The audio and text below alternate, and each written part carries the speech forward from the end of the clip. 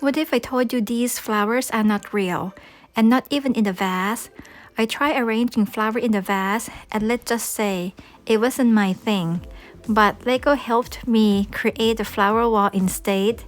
And by the end of this video, I will show you how I made this shadow box piece include the problem that almost stopped the whole project. I already had the LEGO Chrysanthemum and Wildflower bouquet sets gifted me. I wanted to display them together. On the black background, bright flower will bring a dramatic contrast. I have to admit, I'm still not very good at arranging flowers in a vase, but flat design, wall composition, I think I can do it. So I thought, what if instead of arranging these LEGO flowers in a vase, I arranged them on the black plate.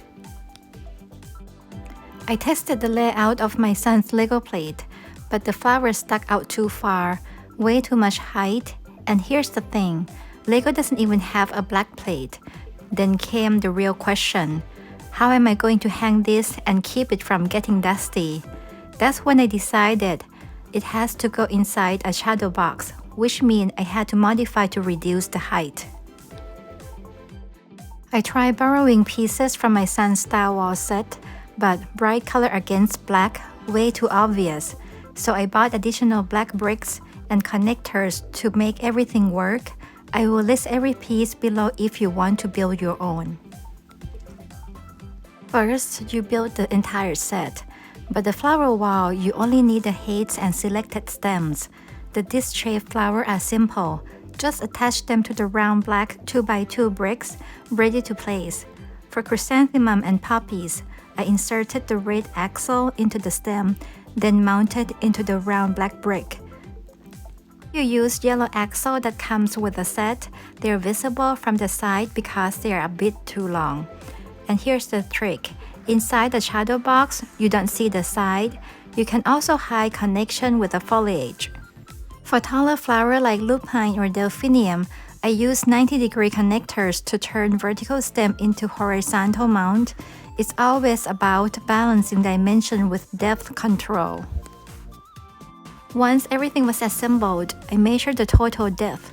Most shadow boxes are only 2 inches deep, not enough.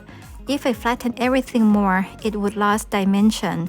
I wanted one poppy to still stand taller, so I searched and finally found 5-inch deep shadow box on Etsy. Now came the hardest part, attaching the plate.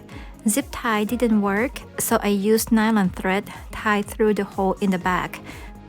I removed all the flowers, centered the plate, marked everything with a pencil, hammered in nails. It had to be just tight enough, not too low, not too high. After securing the plate, then I reassembled everything inside the shadow box. By then, I had rebuilt it so many times, it was actually easier. In areas where stems were visible, I hid them with a disc flower or foliage. Without placing the plate first, it would have been impossible.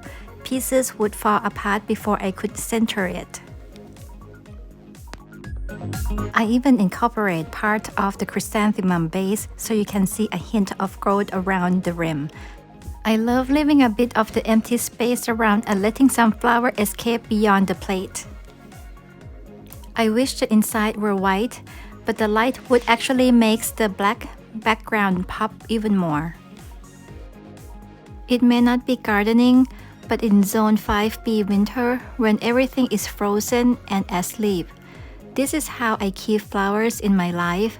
Even when the garden is sleeping, creativity doesn't have to. If you enjoy this, check out my garden design series. I bring this same eye for composition to an actual outdoor space. It will be a while before my garden wakes up and you hear me rambling about flowers. What would you like me to talk about next? Leave a comment below. Until next time, bye!